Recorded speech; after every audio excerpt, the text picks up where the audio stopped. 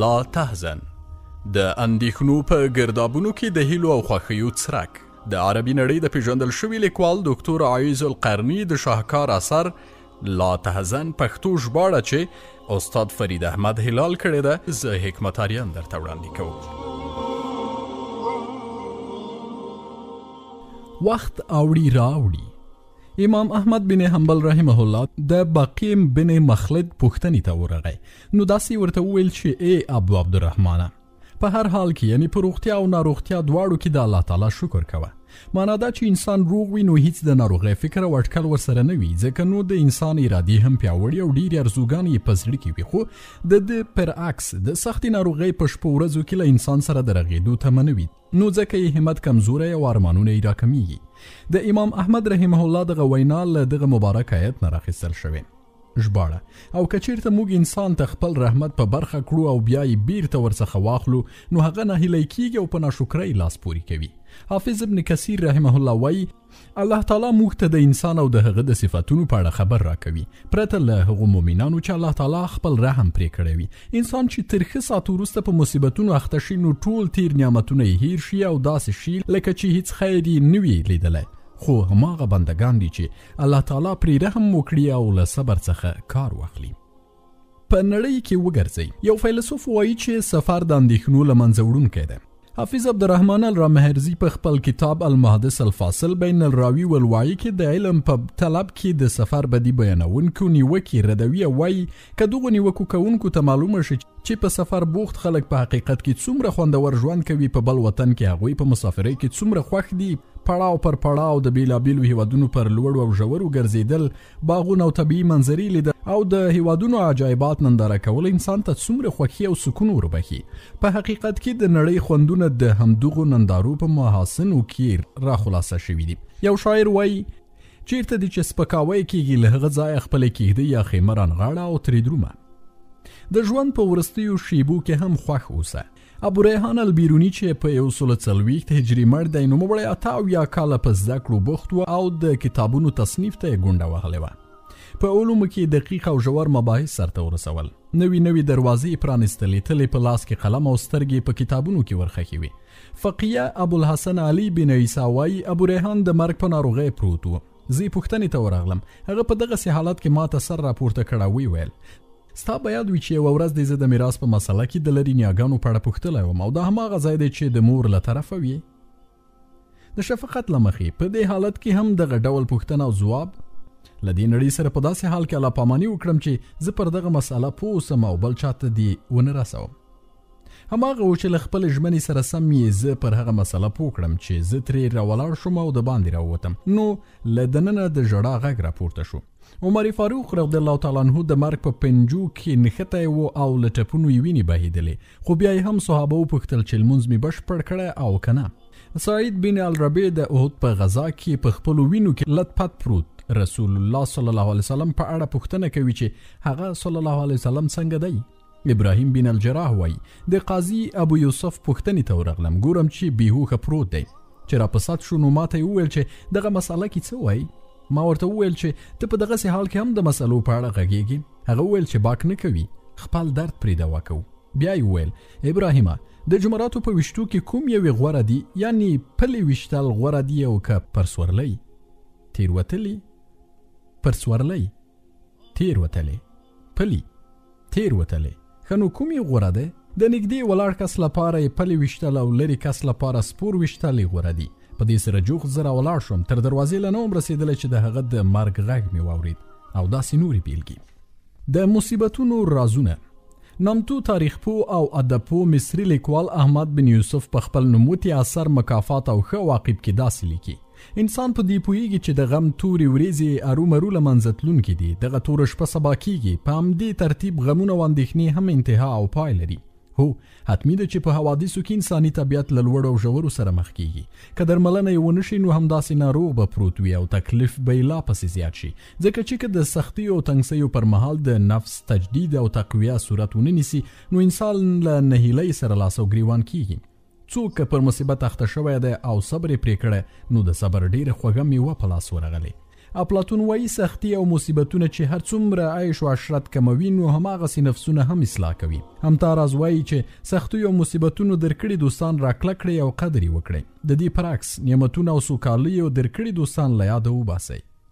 ارتشیر وایي د شدت او سختۍ په رنجو تورې سترګې هغه څه لیدلی شي چې په نعمتونو او لورینو کې ډوبې سترګې نشي لیدلی. ما د مشهور عالم التنوخي کتاب تر تنګسي وروسته اسانتیا تکرارا لوسته او 3 خبرې مې ورڅخه راخپلې کړې دي. لومړی، تر تنګسي وروسته اسانتیا یو لرغونی سنت او ټولمنلې قضیه ده او دا داسې ده لکه په شپې پسې چې د سبا راتلل یوه حتمي او باوري خبره ده. دویم، ډیر ځله مصیبتونه د یوه بنده لپاره له دیني او دنیوي دواړه پلوه ګټور وي. دریم، د ګټې او تاوان جلبول او دفع کول په حقیقت کې د الله تعالی په واک کې دي. د دې نړۍ ارزښت. عبدالله بن مبارک رحمه الله فرمایي ماته د عدا بن زید هغه قصیده د امیر طاهر بن الحسین لمانۍ نه ډیر ارزښت لري چې د ځینو بیتونو مفهوم یې داسې دی: ای د نورو پر مصیبتونو خوښېدونکی انسانه، آیا له تا سره کومه ژمنه شوې چې دغه ډول مصیبتونه به پر تا نه راځي؟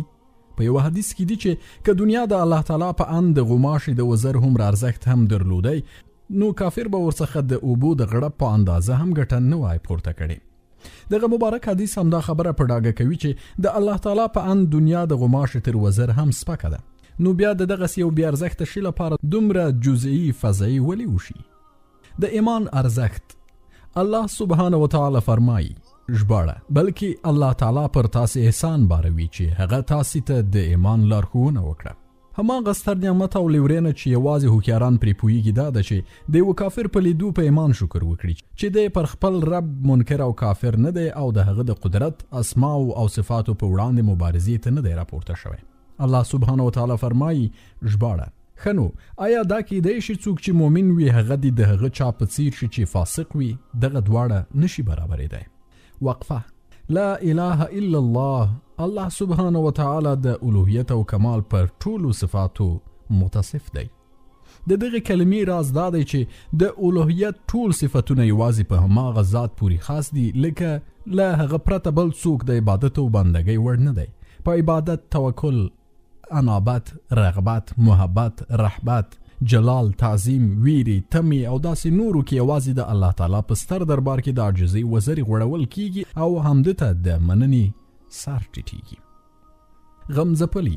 د عکاظ نومي جریدې د 1222 غني په زمینه کې چې په 1415 د څلورمې په 1 تاریخ باندې لیکل شوی صادره شوی د وړاندې ادیب او ژورنالیست محمود بن محمد المدني سره مرکه کړې ده. دا خبره کړې ده نوموړي د ادب کتابونه د نورو په سترګو لوستي، د تاریخ کتابونه، مجلې او جراید له ډیرو خلکو څخه اوریدلي. کله ناکله کوم ملګری دې تر اړکاو چې د شپې تر 3 بجو پورې ورته څه ولولي، تر دې چې داسې وخت هم راغی چې په علم او ادب کې د یوې سترې مرجع حیثیت غوره کړ. مصطفی امین د الشرق الاوسط جریدې په خپل ځانګړي کالم یا فکره کې د نوموړي ادبپوه خبره داسې راخیستې: د تیریګرو پر تیری، د چلبازانو پر چل او د زورورو پر زور فقط 15 دقیقې صبر وکړه. ډیر ژر به تازنې پر ځمکه پریوځي او زولنې به ماتې شي، بندي به له بنده راخوشې شي، تیاره به لاړه شي او رون سباون به راښکاره شي. ته فقط صبر وکړه. د یو شاعر په وینا څومره مصیبتونه چې پر انسان راځي او د هغه د غمونو لامل ګرځي بل اخره الله تعالی ته له هغې خلاصون ور په برخه کوي. ما په ریاض کې د البانیا له هغه مفتی سره وکتل چې په البانیا کې کمونستانو په 15 کلنی بند محکوم کړو. نوموړي راته خپله کیسه داسې بیان کړه: ما د کمونستانو په زندان کې ډېرې لوړې او ژورې وګاللې.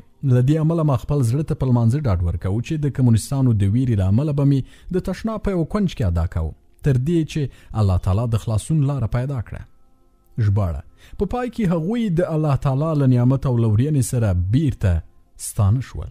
هلته د جنوبي افریقا رئیس نیلسن منډیلا چې په پوره 28 کاله یې په زندان کې تیر کړه، نوموړي له تیری او استبداد څخه د خپل ولس او ډلې د خلاصون لپاره ډېرې چغې ووهلې تر دې چې بالاخره خپل دنیوي موخه ترلاسه کړه. خدای تعالی فرمایي د هغو د کړو وړو ټوله میوه موږ همدلته ورکوو. دغه راز الله تعالی فرمایي که تاسې کړاو غالئ نو ستاسې په شان هغوی هم کړاو غالي او تاسې له الله تعالی نه د هغه څه هیلمن یاست چې هغوی یې هیلمن نه دي. دغه راز فرمایي ژباړه: اوس که تاسې ټپي شوي یئ نو له دې مخکې ستاسې دښمنه ډله هم همداسې ټپیان شوي دي. چې مسلمان یې نو بیا مخه پکېږم. هغه څومره بدمرغه خلک دي چې اسلام له سره نه پیژني او پر دغه لار نه درومي. اسلام له دې امله چې یو ستر خبر دی د خپلو پلویانو له پلوه نړیوال اعلان ته اړتیا لري، ځکه چې د انسانیت نیکمرغي له دې پرته په بل څه کې نشته. ژباړه: له اسلام نه پرته چې هر څوک کوم بل دین غوره کړي هیڅ کله به ورڅخه قبول نه کړی شي. یو مسلمان داعی د آلمان د میونیخ په ښار کې استوګن شو. ښار ته د ننه کېدو په صورت کې یوه ستره اعلامیه لوحه ځړېدلې وه او داسې پرې لیکل شوي وه: آیا ته د یوکوهاما ټایرون نه پیژنې؟ همدغه داعی راپاڅېد او د دغه لوحې په مقابل کې تر دې هم په یوه ستره لوحه ولیکل چې آیا ته اسلام نه پیژنې؟ که غواړې اسلام وپیژنې نو له موږ سره په دغو شمیرو اړیکه ونیسئ. د آلمان له ښارونو، کلیو او بانډو څخه ټلیفوني اړیکې ونیول شوې، تر دې چې د یو کال په اوږدو کې 1 لک آلمانیان ښځې او سړي د همده په لاس مسلمانان شول. یو لوی جومات او ستر اسلامي مرکز یې هلته جوړ کړ. انسانیت په رښتیا هم دغه سپېڅلي دین ته اړ دی، ځکه چې دغه دین د انسانیت د هر اړخیزه ډاډمنیو ضامن دی. الله سبحانه وتعالی فرمایي چې د هغه په وسیله الله تعالی هغو خلکو ته چې د هغه د رضا غوښتونکي دي د سلامتیا لارې ښیي او په خپل امر سره هغوی له ترږمیو څخه راوباسي، د رڼا لوري ته یې راولي او د سمې لارې په لوري د هغوی رهبري کوي. یو عابد وایي زه فکر نه کوم په نړۍ کې به داسې څوک هم وي چې د غیر الله عبادت کوي. خو الله سبحانه وتعالی فرمایي: ژباړه: زما په بندگانو کې بیخي لږ شکر ویستونکي دي. یو عالم راته کیسه کوله چې یو کلیوالي سوداني د سودان پلازمینې خرطوم ته راغی او هلته یې د انګلیسي ژبې ښکېلاک په دوره کې د یوې 4 لارې په سر یو بریتانوي ترافیک ولید. نو دغه مسلمان ورڅخه پوښتنه وکړه: ته څوک یې؟ زه کافر یم. د چا په اړه کافر یې؟ د الله په اړه. آیا د الله تعالی په اړه هم څوک کافر کیږي؟ د دې سره په خپله خېټه لاس کېښود او کانګې وکړې او بیرته خپل کلي ته ستون شو. ژباړه: بیا پر دې خلکو څه شوي دي چې ایمان نه راوړي؟ اسماعی وایي یوه باندې چې د یو قاري له خولې دغه مبارک آیت واورید چې ژباړه: نو قسم دی د انسان او ځمکې په مالک باندې دا خبره حقه ده، همداسې یقیني ده لکه چې تاسې غږیږئ. باندې چې وویل چې سبحان الله، الله تعالی چا قسم کولو ته اړ کړ؟ دا ښه ګمان د الله تعالی رحمت او مهرباني، لطف او کرم دی. که څوک د سیرت کتابونه ولولي او د رجالو د ژوند پر حالاتو ځان پوه کړي نو ډیر مسایل به په ډاګه کړي چې یو څو یې په لاندې ډول دي. لومړی، علي بن ابي طالب رضی الله تعالی عنه وایي چې د انسان پوهه، ادب، خوی او اخلاق په حقیقت کې د هغه ارزښت په ډاګه کوي، نه د هغه صورت او اندامونه. الله تعالی فرمایي: ژباړه: یو مسلمان مریی له اصل مشرک نه ډیر ښه دی او که څه هم هغه ستاسې ډیر خوښ وي. دویم، د انسان همت او زیار د هغه امکان په ډاګه کولی شي خو موجد او عظمت نشي وربخلی. د خرما په اړه خو عظمت نشي وربخلی. د خرما په اړه چې ته خوري د مجد او عظمت اټکل مه کوه. دریم، انسان هماغه څوک دی چې د وړ او ناوړه چارو له امله خپل تاریخ خپله جوړوي. ژباړه: کومې چارې چې هغوی سرته رسولي دي موږ هغه ټولې لیکو. څلورم، د انسان عمر بیخي لنډ دی، ډیر ژر له منځه ځي.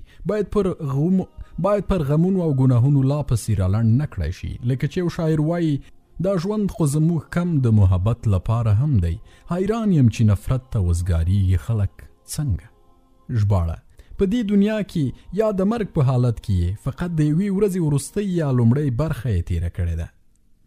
الله سبحانه وتعالی فرمایي: ژباړه: هغوی به ووایي موږ یوه ورځ یا د یوې ورځې یو څه برخه هلته اوسېدلي یو. له شمار کوونکو څخه پوښتنه وکړه.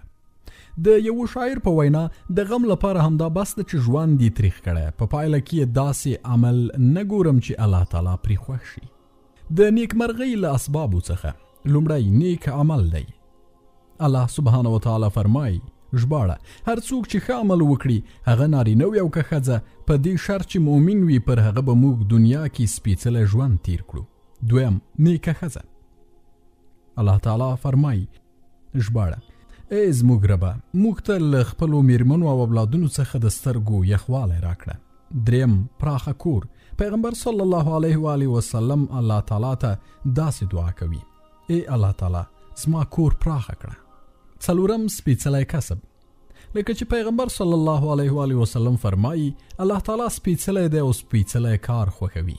پنځم، ښه خوی او له خلکو سره مینه. الله تعالی فرمایي: او زه یې په هر ځای کې مبارک او بختور ګرځولی یم. شپږم، له پور او بدخرڅۍ نه پامن کېدل. الله تعالی فرمایي ژباړه هغه کسان چې کله لګښت کوي نو نه بې ځایه لګښت کوي او نه بخیلي.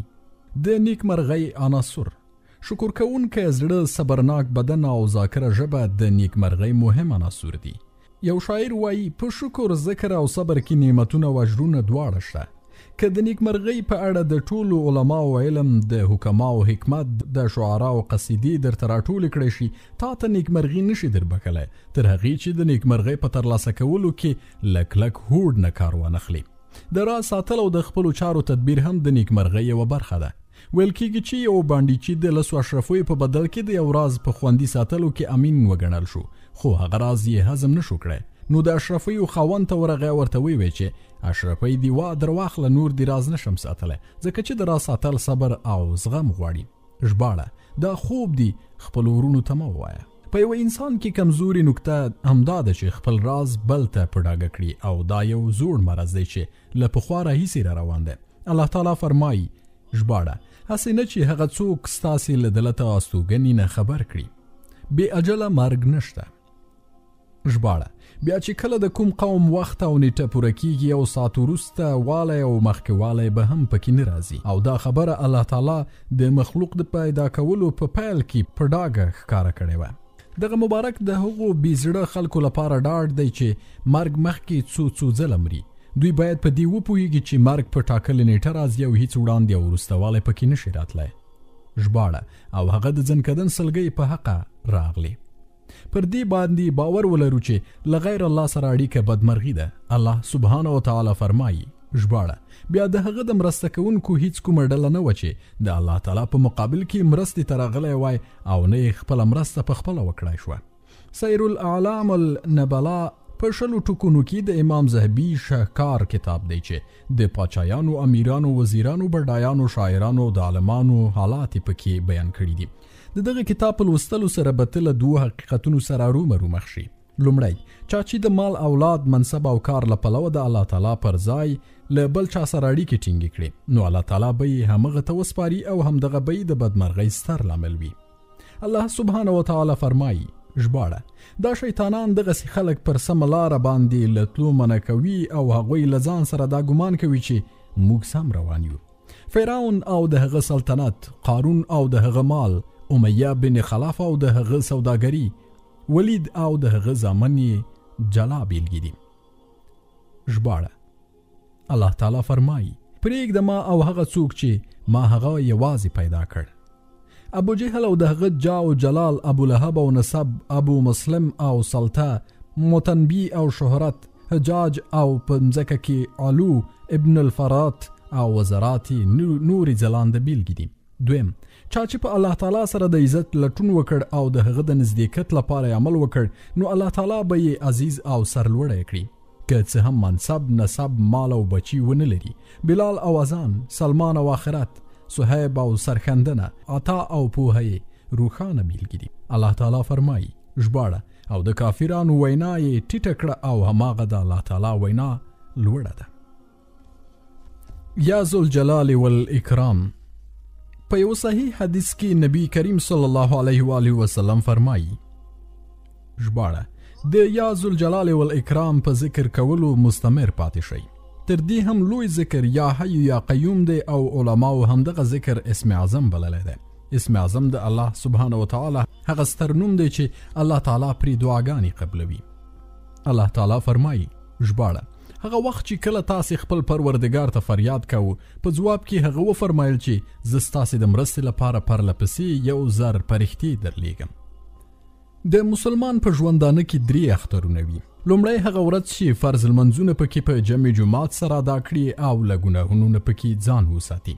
الله سبحانه وتعالی فرمایي ژباړه د الله او د هغه د پیغمبر بلنې ته لبیک ووایي چې کله پیغمبر تاسې ته د هغه شي په لورینه بلنه درکړي چې تاسې ته ژوند بښونکی دی. دویم، هغه ورځ چې دی پکې له ګناهونو نه په رښتیني زړه توبه وباسي او خپل رب ته راوګرځي. همدارنګه الله جل جلاله فرمایي ژباړه نو الله تعالی په خپل مهربانۍ سره د هغه لوري ته رجوع وکړه چې هغوی د هغه لوري ته راوګرځي. دریم، هغه ورځ چې د ښې خاتمې په پایله کې له خپل رب سره مخ کیږي. پیغمبر صلی الله علیه و آله وسلم فرمایي څوک چې د الله تعالی ملاقات ته لیوال وي الله تعالی هم د لیدو او کتو ته لیوال وي. د یو شاعر په وینا زما ارزوګانې ماته د دوو خبرو زیری راکوي، یو د کور زیری چې هغه دنیا ده او بل د ورځې زیری چې هغه زمانه ده. ما د صحابه کرامو سیرت مطالعه کړ. د دې په ژوندانه کې 15 داسې مسائل په لاس راغلل چې د نورو په پرتله امتیاز لري.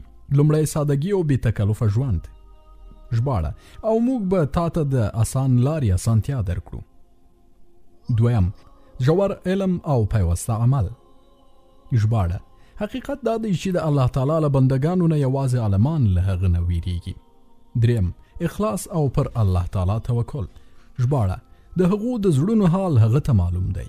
څلورم: له دنیا نه مخ اړونه او آخرت ته لیوالتیا. ژباړه: او څوک چې د آخرت هیلهمن وي او د هغه لپاره هلې ځلې وکړي هغسې هلې ځلې چې د هغه لپاره پکار دي.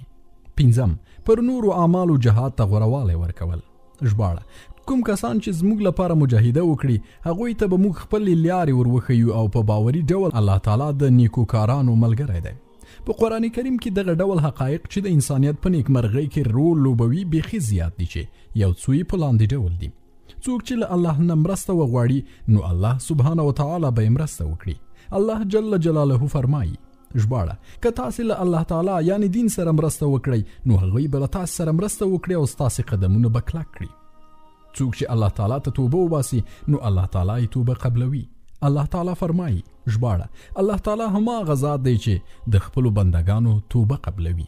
څوک چې پر الله سبحانه وتعالی توکل وکړي نو الله جل جلاله یې کافي کیږي، لکه چې فرمایي. ژباړه: څوک چې پر الله تعالی توکل وکړي د هغه لپاره هغه جل جلاله کافي دی. درې شیان ناوړه شیان. درې شیان هومره ناوړه دي چې د هغې سزا الله تعالی په چټکۍ سره ورکوي. لومړی بغاوت. الله تعالی فرمایي. ژباړه: ستاسې د سرغړاوی همدا ستاسې په زیان تمام شوی دی. دویم: بې ژبې یعنی د ژمنې ماتول. الله تعالی فرمایي. ژباړه: اوس چې څوک دغه ژمنه ماته کړي د هغه د تعهد ماتول وبال به په خپله پر همغه باندې وي. دریم: مکر او فریب. الله تعالی فرمایي. ژباړه: په داسې حال کې چې ناوړه دسیسې همدې خپلو کار اچوونکو ته ورغاړې وځي. څلورم: ظلم د الله تعالی له رانیولو څخه خوندي نشي پاتې کېدلی. الله تعالی فرمایي. ژباړه: دغه د هغوی تش پراته کورونه دي د هغه ظلم له امله چې هغوی کاوه. پنځم: نیک عمل او عاجله میوه لاسته راوړل. الله تعالی فرمایي. ژباړه: په پای کې الله تعالی هغو ته د دنیا ثواب هم ورکړ او له هغه نه غوره ثواب یې په آخرت کې هم ور په برخه کړ. شپږ: څوک چې د الله تعالی اطاعت کوي هغوی الله تعالی ته خوښ وي. الله تعالی فرمایي. ژباړه: زما تابعداري وکړئ نو الله تعالی به در سره مینه وکړي. پراخه روزي به ورکړي او مرسته به یې وکړي. الله تعالی فرمایي. ژباړه: الله تعالی خو په خپله ښه روزي رسان دی او مرسته هر څه چې دي د هغه الله تعالی لخوا دي. قرآني نصوص. بخښنه به ورته وکړي. الله سبحانه وتعالی فرمایي. ژباړه: او بېشکه زه ډېر بخښونکی یم د هغه چا لپاره چې توبه یې وویستله. بل ځای فرمایي هو التواب الرحیم. ژباړه: بېشکه هغه ښه توبه قبلونکی او د رحمت خاوند دی. بل ځای فرمایي انا منتقمون. ژباړه: بېشکه موږ غچ اخیستونکي یو. شیخ عبدالرحمن بن سعدي رحمه الله یو ارزښتمنه رساله الوسائل المفید فی الحیات السعیده کې لیکلي چې د نیکمرغه ژوند ګټور وسایل نومیږي. نوموړی په خپله رساله کې لیکي د نیکمرغۍ له اسبابو څخه دا دي چې انسان کله د الله پاک نعمتونه او لورینو ته وګوري نو په دې به وپوهیږي چې دی د څومره خلکو نه لوړ دی. هو ان په دیني امورو او عباداتو کې. الله تعالی فرمایي. ژباړه: او خپل ښکاره او پټ نعمتونه یې پر تاسې تمام کړي دي. وقفه. اسماء بنت عمیس رضی الله تعالی عنها فرمایي ما ته رسول الله صلی الله علیه وسلم وفرمایل چې آیا داسې څه کلمات در وښیم چې د غمونو او دردونو په وخت کې دې په کار راشي؟ هغه دا دي چې الله الله ربي لا اشرک به شیئا. دا وایه نو غمونه به دې لرې شي. دلته په دې غمجنه نړۍ کې ډېرې داسې چارې شته چې پر زړونو تورې وریځې راخوروي. کله چې انسان ورڅخه خپل رب ته پناه یوسي نو بری او خلاصون به یې په برخه شي. یو شاعر وایي که زموږ ارواوې سلامتې وي نو د مال او حال په بایللو څه پروا، د روح او نفس په سلامتیا به مال او عزت دواړه ترلاسه شي. له حسدګر نه ویریدونکی. لومړی موعظات. وروستي 2 سورتونه له اذکارو او دعاګانو سره یو ځای لوله. الله تعالی فرمایي. ومن شر حاسد اذا حسد. ژباړه: او د حسدګر له شره چې کله هغه حسد وکړي. دویم: خپل کار او معامله د حاسدونو په وړاندې مه برسیره کوه. الله جل جلاله فرمایي، ژباړه: لا تدخلوا من باب واحد وادخلوا من ابواب متفرقه. ژباړه: له یوې دروازې مه ننوځئ بلکې له بېلابېلو دروازو ورشئ. دریم: له حاسدینو څخه لرې کېدل.